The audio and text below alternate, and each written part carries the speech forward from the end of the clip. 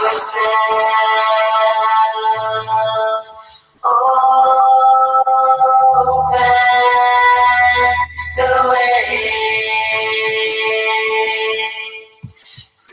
Prepare yourself. Prepare yourself.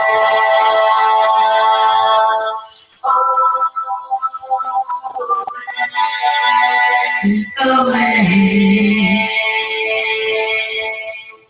Prepare yourself.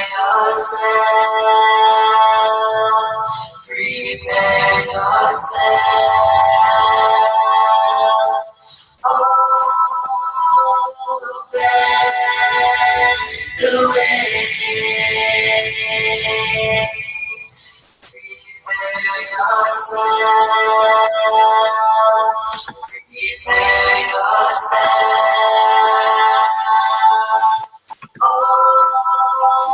Open the way. Breathe now, be now. Open the way. Breathe now, be now. Open the way. Prepare yourself. Prepare yourself. Open the way. Prepare yourself. Open the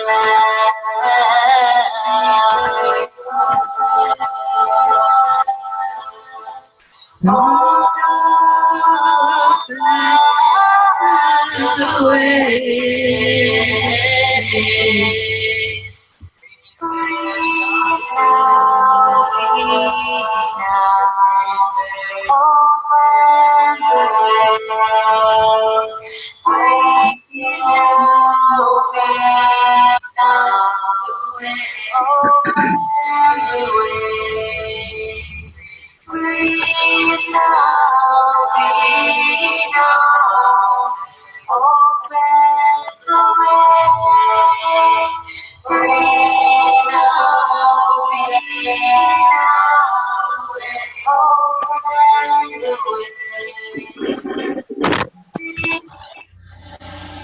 Hello and welcome.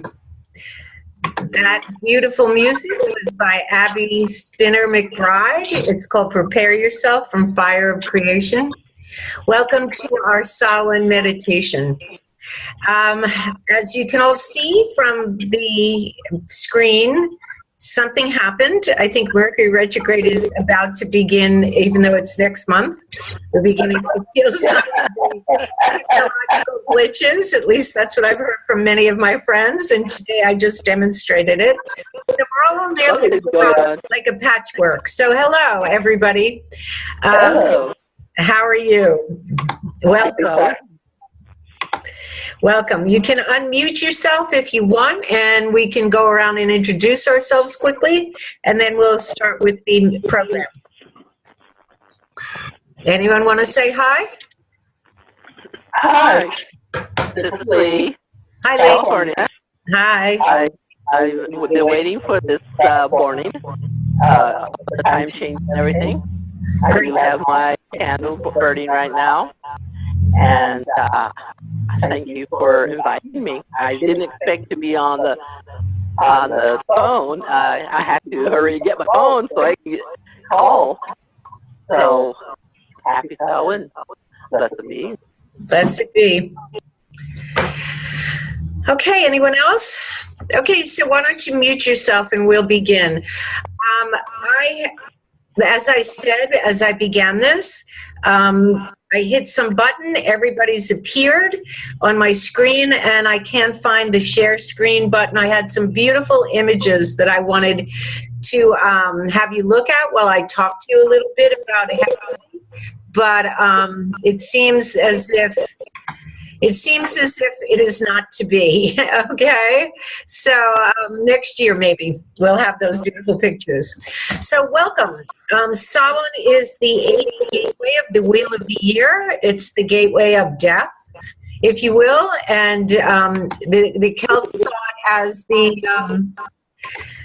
the beginning of winter, and so it was the last harvest. It was the time when the veils between the worlds were open, and so it's a time of an in-between place. The veils between the worlds get thin, and so you can connect with many dimensions. One of them being we connect with our ancestors, because it is a time when a lot of cultures honored their ancestors. We don't seem to do that as much in America, at least now, as other cultures do, like the Muertos de Dios from the Mexican Day of the Dead, the I'm not going to go into it because we could go on forever. But anyway, it's a time to honor the ancestors and put up a little altar to them. You can put up their picture, put a little of their food that they loved or their drink that they loved, and just remember where we came from. It's also a time when we end up at a crossroads a lot of times. This is the end of a year. And if we live by the wheel of the year, if we live by the seasons of Mother Earth, it's the dying time. And when we die, or when something dies out, there's a moment or 6 weeks or quite a bit of time when we are in that sort of gray zone when nothing much is happening. And a lot of people want to push through and make something happen right now, but it really isn't the time. It's the time to just lie quiet and listen, go within and listen to yourself. Sometimes it's also a time when we're pushed into a new role or a new world. And part of the trouble with that is that we're so unprepared for change. Okay, our culture does not like change. It's called patriarchy, and we all know it quite well, I'm sure. And unfortunately, if you look at some of the myths of patriarchy, what happens is the Father God swallows his own children rather than let them take over and rule. And we see that in our culture today. Patriarchy, this is its last, hurrah, if you will. It's fighting back. It's trying not to let go of its power. It's in a power grab in America and all around the world, but it is destined to fall. And so the best way that we can make it to fall is when we kill it within ourselves. And this full moon the other night was very much about how do we release what's dead. And the moon in Taurus, which is wonderful because across the wheel of the year from Samhain is Beltane. It's the beginning of summer. And it's a time of life and hope. And so this full moon being so close to Samhain says to us, if you let go of what is truly dead, the things that are still alive in you will give you hope. And new things will come to you.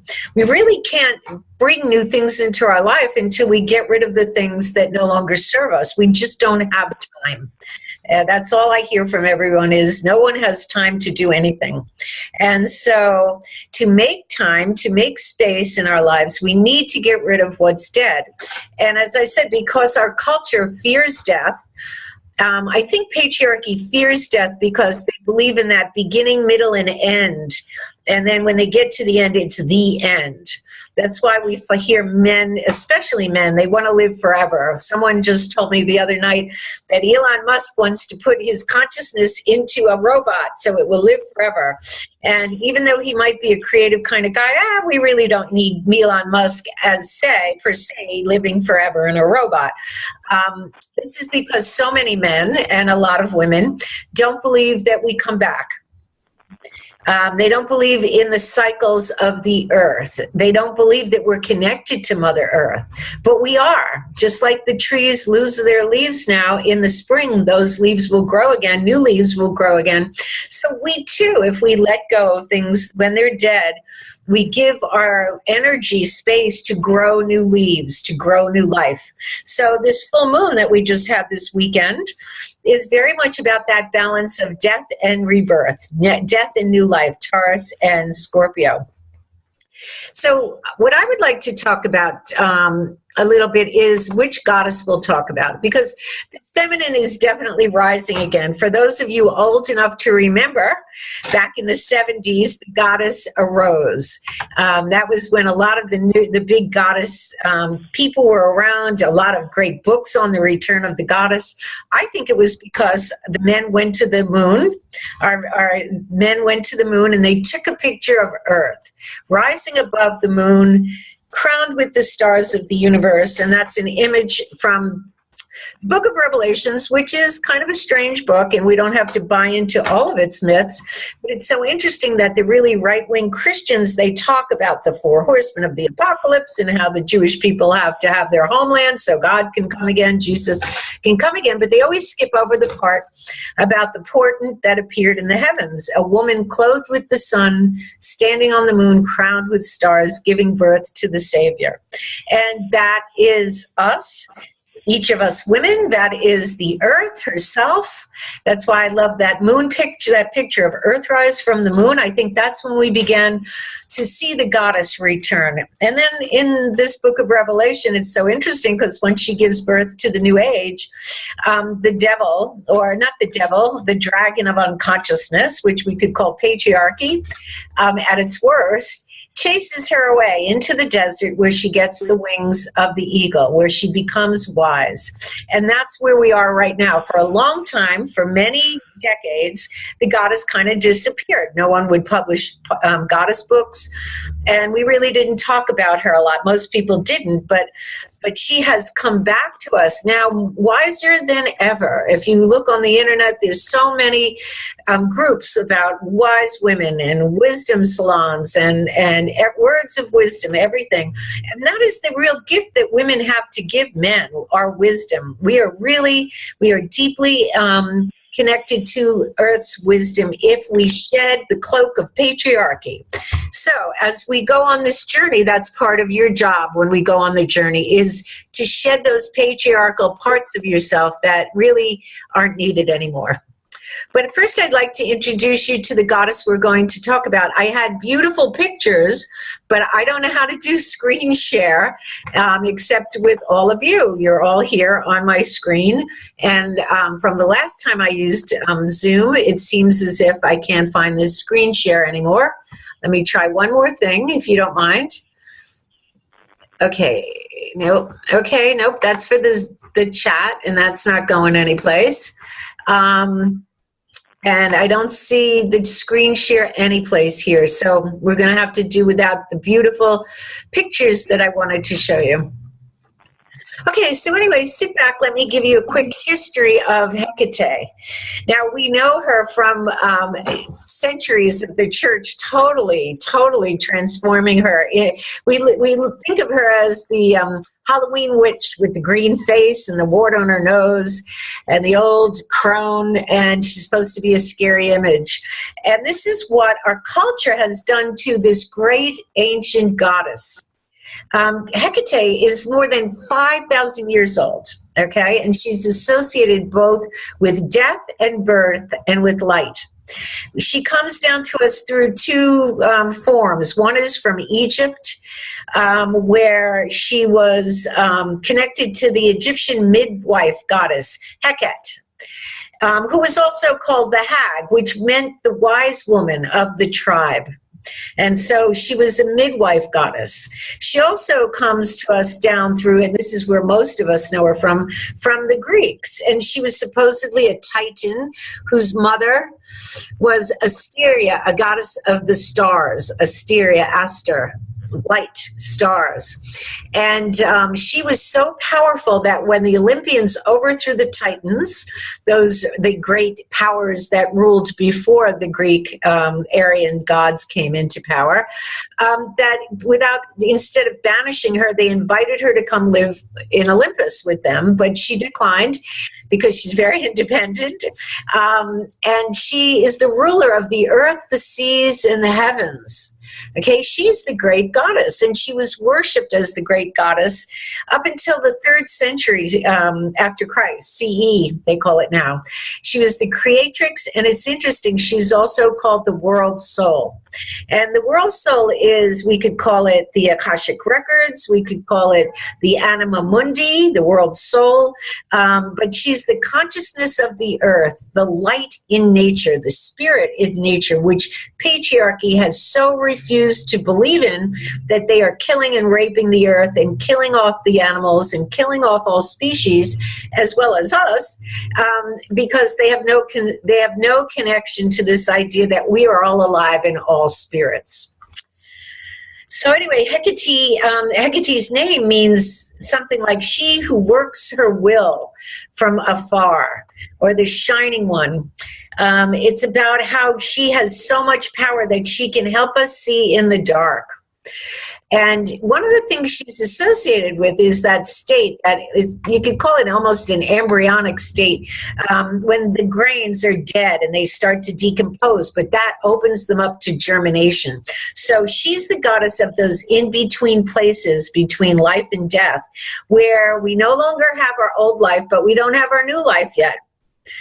And it's a great place. I wonder if it's associated with like the idea of limbo that the Catholic Church talked about. I know it's this in-between place, supposedly, where babies who weren't baptized go. I don't know about their story, but it's that in-between place of quiet, of moment, of non-movement, of stillness. And so that's where we find ourselves now. I bet all of you on the call are sort of in a place where it's like, oh, I know something is supposed to happen, but I don't know what it is yet. And that's okay, because when we live in the wheel of the year, this time of year is all about that. Let the old die so the new can be born again. And so it's very frustrating for all of us, because we are fathers, daughters. We're daughters of the patriarchy, and we think we have to move, and go. It's like living out in California. You constantly have to be in bloom. You constantly have to have a new idea or a new class going on, rather than the wonderful slowness of living in New England, where the cold comes and the dark comes and everybody goes inside and spends the winter within. And that's what this time of year is. It's a way for us to go within and check in with our soul. And you do that through dreams, you do that through meditation, you do that through contemplation. So anyway, let's go back to Hecate. So as all goddesses, except for Mary, a whitewashed view in some ways of the great goddess, although she is so much more. The great mother, that's what the Christians kept, but only the good mother. They couldn't deal with the bad mother, just as they can't deal with death. So because patriarchy feared her power, they hid her behind the devil. And they made her the queen of the witches, because of course we witches are independent and we're powerful and we're kind of not buying into their program. And so they made her into a symbol of darkness, if you will. And because they rejected the earth's wisdom, they did not want to believe that we come and that we live and then die and then come back again. They didn't want to believe, because they are sky religions. Almost all the patriarchal religions, even Buddhism, which is beautiful, is a sky religion. It's a religion of, it's better up there than down here. And all of this life we live is Maya, or illusion. The ancient Celts and the ancient goddess people said, no, this is the place where spirit incarnates. Let's make the best of it. Let's have fun. Let's bring in beauty and joy and see what we can create in this wonderful, wonderful playground world that our Mother Earth has given us. But instead, patriarchy has raped and pillaged her and stuffed us full of junk that we don't need, and put us to sleep. And now we are waking up. So here she is, queen of the witches, queen of magic, queen of the night and of the dead. Okay, the good thing about witches and Hecate is that witches, in their spells, when we do spells, we weave creative energies into magic. And so we're agents of change. Okay, and patriarchy fears change because it eats change. Okay, like when a new feeling arises about, when we all got into Earth Day and wanting to save the Earth, you heard these big corporations lying to us, saying, "Yes, we love the Earth. We're one of you too." As they went on raping and pillaging. So patriarchy really doesn't love change. It wants to be in charge. So Hecate was originally a triple moon goddess, and you'll notice during the journey that she has three sides to herself, like maiden, mother, and crone, past, present, and future. She's like the fates. But the church kind of condemned her to become the queen of the dark of the moon, which is very mysterious and dark. And the church and patriarchy, they don't like the dark. They fear it. They think evil monsters are there, but it isn't. It's just a time of mystery. And if you think about it, on the dark of the moon, the side of the moon that is full of light is looking out at the universe, and it's taking in all this great universal energy. It's not just shining on us and giving us the sun's message, which it does, but it's also shining, it's also taking in the energy of the stars and the cosmos and the whole universe. It's receiving those messages. So the dark of the moon is a very powerful time for those of you who have done work with the new moon. And so what Hecate does, if we're going to look at her as the ruler of the dark moon, she helps us face those dark places within us. Jung called them the shadow. And she helps us look at it with courage and curiosity rather than fear.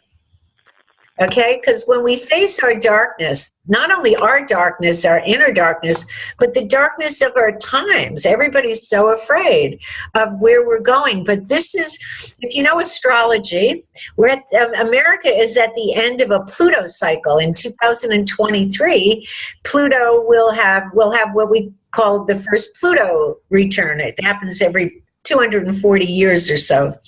And so, of course, we're at the end of a cycle, so all the muck is coming up. And you can see that, these people these men who are running our world, they're being exposed for the hypocrites that they are and the greed that's there. And so we need to go through this dark time so that the new life that will come to us after the Pluto return, as it starts a new cycle, will be built on different values. Will be built around community and the New World Order, not of George Bush, Papa Bush's New World Order or the Clinton's New World Order, but perhaps of our New World Order, of freedom and fairness. So that's part of what we have to do. We have to look at not only our own shadows, our own fears, our own little quirks that, that when we lie, we don't mean to lie, but we do because it's a habit that we developed when we were little because we got blamed for everything. And so the shadow develops to protect us. And so then you go on through life and, you just lie a little here and a little there, and you don't even realize you're doing it. Well, that's partly your shadow. Okay? Or when you meet somebody who you really can't stand, you're projecting your shadow onto that person. Otherwise, you wouldn't have such intense feelings about that.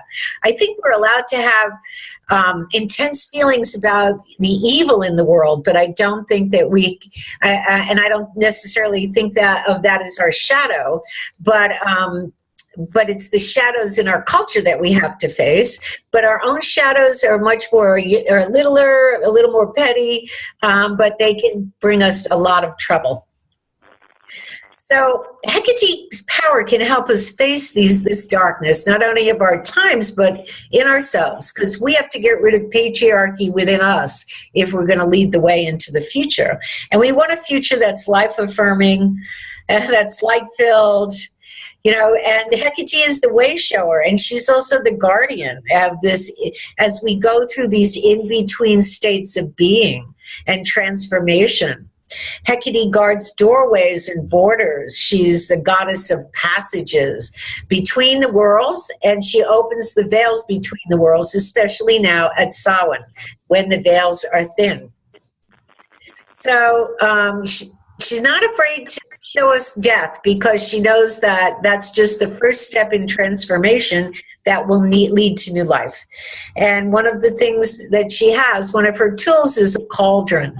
Okay, and it's her sacred cauldron. It's where we throw everything into the cauldron and let it bubble away and cook up into something new. And there's many Celtic myths, especially about cauldrons. The cauldron of rebirth, the cauldron of plenty, where you reach in and you can pull out the food you desire. It's like the Holy Grail. So ancient people saw this cauldron, the place where people cooked food from the raw to the cooked, and made it be life enhancing. So cauldrons are so important in the feminine sort of symbology because it's the place where we get cooked. Okay, and where we go into the waters of life and get refreshed. I don't know if you know the story of Persephone and Demeter, the great mother and her daughter. The Eleusinian mysteries were the biggest mystery religion for 2,000 years before Christ. So during the age of Aries. And part of that story is that the spring maiden Persephone gets ravished away to the underworld, where her mate Hades or Pluto keeps her for part of the year, and then she comes back. And it's Hecate who's Persephone's companion, because she understands the spirits and the energies of the dead, and she knows how to regenerate that energy so that it can be used in a different way. So she midwives us, from death into rebirth. The other image of Hecate, which you can't see, but look up images of Hecate on Google or whatever search engine you use. I wish I had the pictures to show you the ability. She walks the roads of life with her faithful dogs and 2 torches.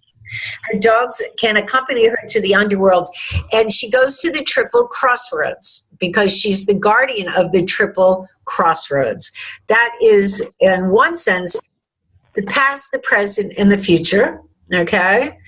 But also, at the Triple Crossroads, she offers us a chance to leave the past behind, which is what we will do during our meditation. It's about releasing what no longer serves us. Okay, and since she's the goddess of thresholds and gates and boundaries, she can meet us there because we're at a choice point. Okay, we're at a point where we really need to let go of what's old and make new choices. If you have been following me, you know that the big eclipse that happened in August. It went only through the continental United States, so it very much affected the American citizens that live there. And it was at the very end of Leo, so it was all about the rebirth of the Queen. And that's because the royal star Regulus, which is the heart of the lion, has moved by progression into Virgo, so from the king to the queen now. So it's the rebirth of the new queen, and the image for that eclipse was a mermaid rising up out of the ocean in order to take on human form. Now, we have the stories of the Little Mermaid and how she loved a prince and he didn't marry her and she turned into sea foam, or any of the other wonderful mermaid stories, but it never ends up good for her. But this time it's different. This time it's about all of us. A mermaid is a feeling complex within us that maybe doesn't have legs to stand on in our world, but it's those feelings, the feelings we all have, that we want a graceful life, that we want a plentiful life, that we want a loving life, that we want to be able to have our power and our independence and our equality with men. All of those ancient longings. This is the mermaid rising up within us and wants to get legs and wants to take on human form, and she does it through each of us. And so we're being challenged to finally change. It's been a long time coming. People that are old like me have been waiting since the harmonic convergence in 1987. So that's 30 years ago, okay? A big Saturn cycle, if you will. And so now it's the time to change. We have to face the inner shadows, and those shadows could be our allegiance to patriarchy, to the rules, to, this is what I should do. This is the work I have to do. This is what my body should look like. This is what I should act like. All the shoulds. Carl Jung said, when you hear yourself saying should, it's like a whole panel of old white guys standing up there telling you, you have to do this. And so we need to get rid of that little, those men in our psyches and throw them out, throw them in the cauldron. Because once we release the shadow, once we engage with our shadow, it releases all this great energy. And we have energy not only to know who we are, but to do something different. And so it's a death that serves life. Okay? Because, of course, Hecate is the goddess of new beginnings, too. So, if you will, if you want to take a moment to, if you need to go to the bathroom, if you need to get quiet, we're going to start our journey.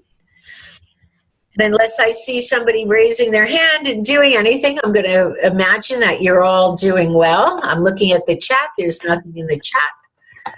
Okay, so if you will, let me start some music. We're going to take you on a journey. But first, let's say a prayer. So everybody sit and get quiet. In a minute, I'm gonna take you on a grounding and centering. But first, let's say a prayer to Hecate. Hecate, wayfarer, pathfinder, mistress of the thresholds we all must cross, goddess of the Triple Crossroads where destiny meets choice, keeper of wisdom, teacher of the wise, destroyer of illusion, and guardian of the gates. Hail, owl-eyed goddess of magic and the roads of mystery. I, your priestess, ask you, lend us your lantern to reveal and clarify our options. Lend us your key to open doors that we thought were barred. Lend us your bitches to sniff out the best way for us to go. Lend us your knife to free us from choices that we haven't claimed. O allied goddess, show us the path made precisely for our soul's feet, leading to the best possible outcome for each of us and in service to the earth. Blessed be. Blessed be. That's a beautiful poem, blessing by Aaron Dragonsong. Okay, so it's time now. It's time now for our Salon journey. Okay, she will open the paths. This at Samhain, Hecate opens the paths through as the old year departs and the new year enters. And so we're going to gather at her mystical crossroads where worlds and dimensions meet. And we're going to ask ourselves a few questions, just quickly. Think of these questions as you meet her. What's time? On a personal level, our own values and our goals always change as we go through life, right? Physical and psychological challenges, our initiation into greater self-awareness and spiritual vision. I was just talking to my sister, and my mother's been sick. My mother is living with my sister, and she won't do anything to make herself better. And my sister feels bad because while she's at work, my mother is there alone. And we were talking, and I said, and she said, she doesn't have a life. And I said, but isn't that what she says about you? That you work and you do your one thing with your animals and you don't have a life. So meditate on it. So, that's a good example. When you are thinking of someone, a mother, a sister, a husband, children, anything, what are the challenges that they're giving you? And perhaps it's part of your own challenge. Okay? And then, of course, on a societal level, what can I say? Patriarchy is going through its death throes. That's all we know. And our shadow is totally showing. And so we're calling it out with the women who are stepping up against sexual harassment, the women and men, and calling out these powerful people, usually men, but sometimes women, powerful women. Oh, for the most part it is. We're looking at the violence that comes home to us because we are the most violent nation in the world. We are going to war. We sell war. I think this is part of patriarchy too. They don't want to die, and so they create death all around them because the thing that you push away always comes back harder. And so we are in a society that is a death society. What other society poisons its people, poisons our food, poisons our air, poisons our water, destroys our earth? It's a crazy society if you think of it that way, right? So, those things have to die. And then we have to look at what's coming alive. How do we contribute to the well-being of our family, of ourselves, of our town, our community, our state, our world, our country? How am I what's my purpose? What talents do I have that I can share? How do I, contribute to a possible future where partnership is the central value, a very strong balance between not only male and female, but between masculine rational consciousness and feminine imaginal consciousness. We need to be more balanced. And so we're all at a crossroads. Okay, and we have to choose the direction of our world. And because of the big eclipse, it's saying, okay, here we go. The beginning of a new life, of new possibilities. We've been working towards it for 30 or more years. And we've been saying, when is it coming? Well, guess what, ladies? It's here. Okay, so are we going to stand for Mother Earth and humanity against corporate domination and destruction? Are we going to both, live a sustainable life and stop over-consuming? Are we going to become citizens rather than consumers? Are we going to vote for diplomacy over war and balance over domination and wisdom over information? That's a big one. We need to find our wisdom because the internet is like a traveling library, which is fantastic, but it doesn't give us wisdom. It just gives us information. So, as we pass through the veils during this meditation, let go of what's dying, name it, see it, know it, and then we'll go on from there. So if you will, I'm going to turn on some journey music, drum beats, and I will hopefully keep it low enough so that we can all hear what I have to say.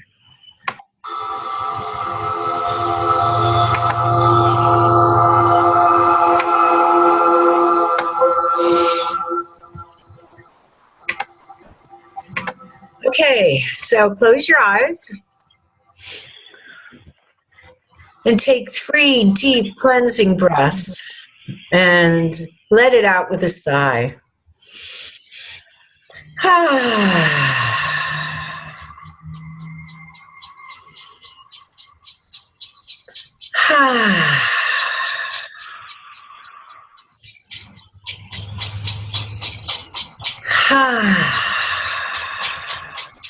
Feel all the tension leave your body. Sink into the earth. Imagine that you're just sinking down into the earth with each breath. Put your energy down into your feet and grow roots, but also just sink in as if you're a seed and you're going into Mother Earth and feel her embrace. Curl up if you need to in a fetal position and imagine that you are and that you're just surrounded by the dark and the warmth and the energy of Mother Earth. And know that you're safe. Nobody can get at you. You're protected. And you're going to journey to the underworld to begin your initiation of renewal and rebirth. So as you're lying there in the darkness, first you must face the darkness, right? Your own darkness, society's darkness. So stay in that darkness and feel what it feels like within you until you can name it. Take a few minutes to do that.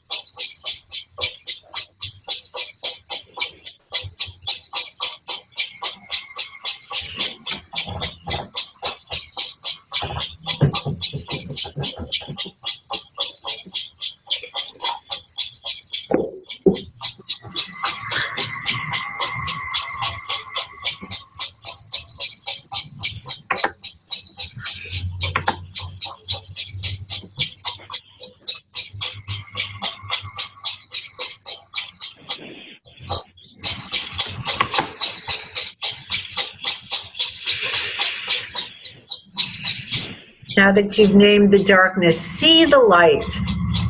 If you open your eyes, you'll see a flame. You'll see a flame in front of you. And now close your eyes again and follow the light. Follow the light until you can see a fire burning in the center of a dark cave. The light comes from a fire burning strongly beneath an ancient cauldron. And behind the cauldron hovers a dark presence, a sense of a figure behind a black, shimmering veil. Now this dark figure steps out from behind the cauldron. She is now 3, for she is Hecate of the Triple Crossroads. Each aspect of her stands with a torch in her upraised hand, while her other hand rests on the top of a dog's head. She's here to guide you and protect you as you journey.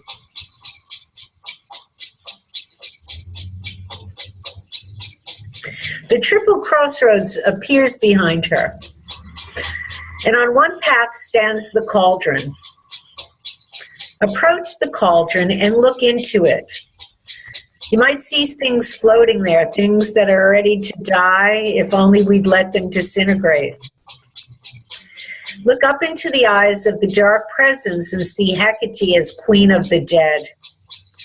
Her eyes have a cold objectivity that can bear the sight of every dark deed of humanity.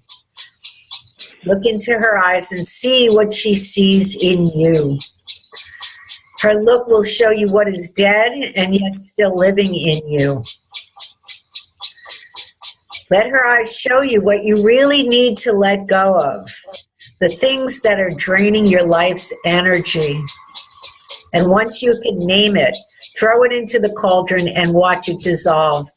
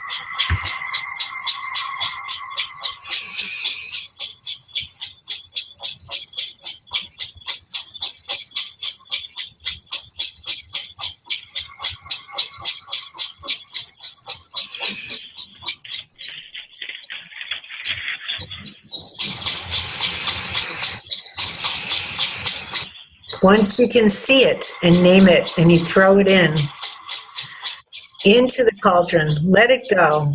Thing that you've been holding on to for so long that you just don't want anymore. Most probably it's the thing that's been causing you the most pain in your life. The thing that you can't resolve. Let it go. And now look back into Hecate's eyes. See what you can see. What do her eyes tell you now? Because everything now that you've looked at is the past. It's done with. Let it go.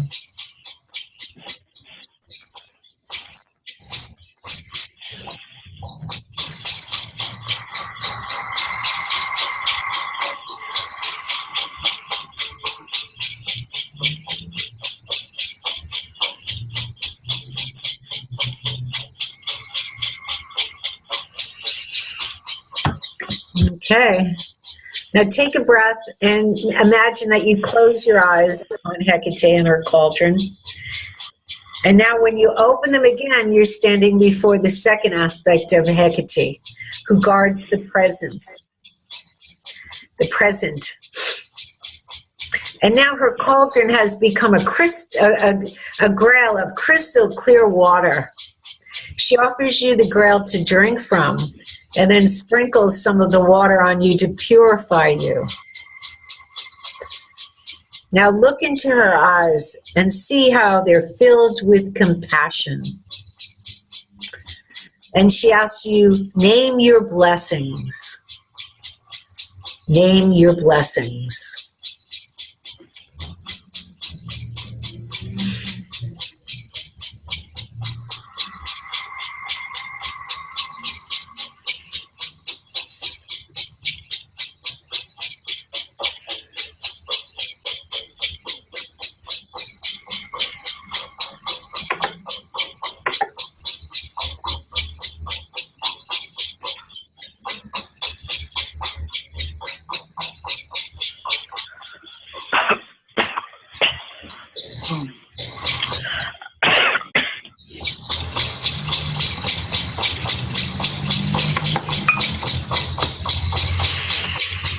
Once you've named your blessings and you know what they are, thank her. Thank her for the gifts of that insight.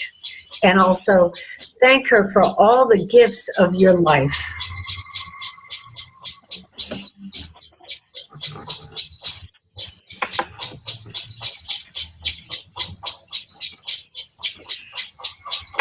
Now close your eyes again on your inner journey. And when you open them on your inner journey, they should be closed anyway. In front of you is the Triple Crossroads once again. And besides it stands the third aspect of Hecate, the crone. She holds 2 torches and her black dogs stand at her side. And now it's time for you to really look at her and know her. Her face shines in the darkness. This time when you look into her eyes, you behold a mystery, the vast mystery of the cosmos with suns and planets and black holes and nebula and galaxies. For she is the light of heaven in matter, incarnated, made into matter, and the cosmic awareness that is alive in all of life. As the daughter of Asteria, she's the light of heaven. She's cosmic intelligence and creativity. She can guide us through any kind of blocks, physical, mental, emotional, spiritual, that keep us from fully expressing the spirit within us. Because she can teach us how to become a fully realized human being. So ask for her blessing, she'll give it to you, for she's the bestower of gifts. Set your intention for the future. And now see a dark mist rising up and beginning to cover everything. As Hecate is the keeper of gateways, she holds the keys to both the past, the present, and the future. She can see all 3 perspectives. So you're going to ask her to show you what, in a way, you already know in your heart. You have to ask for symbols for your new story. And she's going to send one of her dogs as your faithful companion and to protect you as you walk down one of those 3 paths.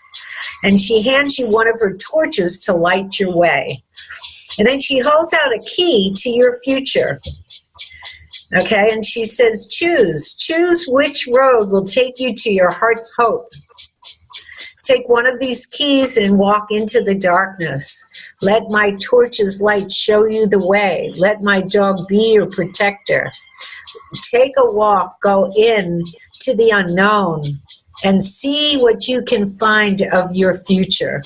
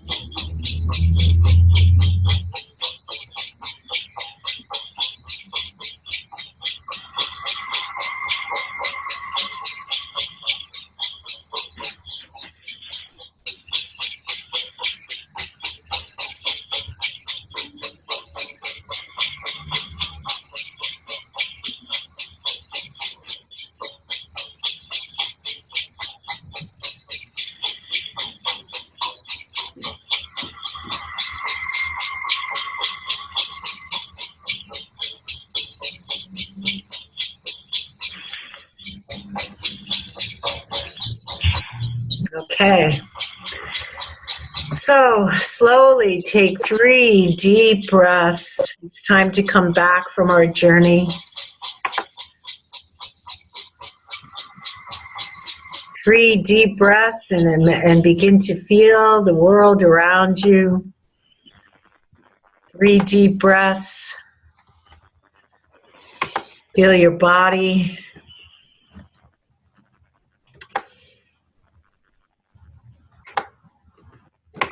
And then when you're ready, open your eyes.